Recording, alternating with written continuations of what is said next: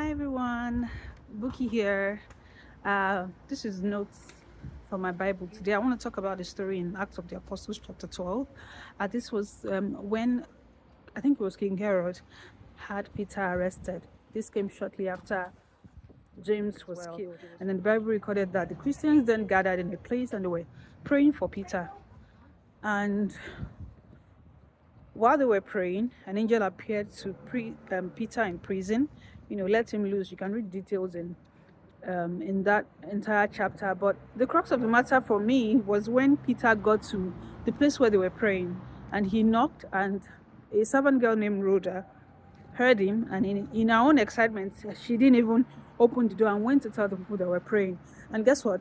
They didn't believe her. They were like, are you kidding? Are you beside yourself or something? And at first I was quick to conclude that, okay, is it that they were praying and they were not expecting to get answers to their prayers? But then it then occurred to me that, okay, I believe that they were praying. They expected God to answer. The outcome they expected was that Peter would be released. But maybe they expected a different process, right? You know how you are praying to God for something to happen.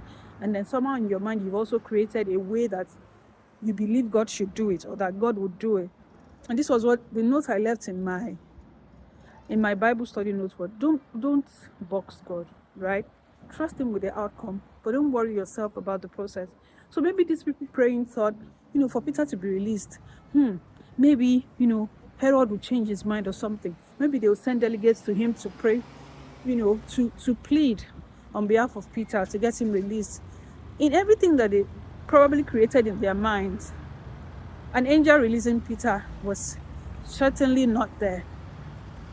So this was why they found it hard to believe that he was indeed out, considering they were still praying. They hadn't done anything on their part, and Peter was just out.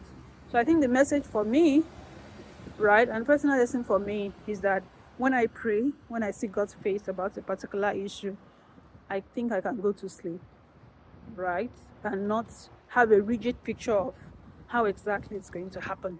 There is an old Yoruba Christian song. It says something like, which means that, yes, I know that God would, make this miracle happen. I don't know how, but I know that He would do it. I think that should be our heart's posture. Yes, so you can check out the full story. It's in Acts chapter 12. Thank you. Bye. Ignore my flying here. I'm on the road.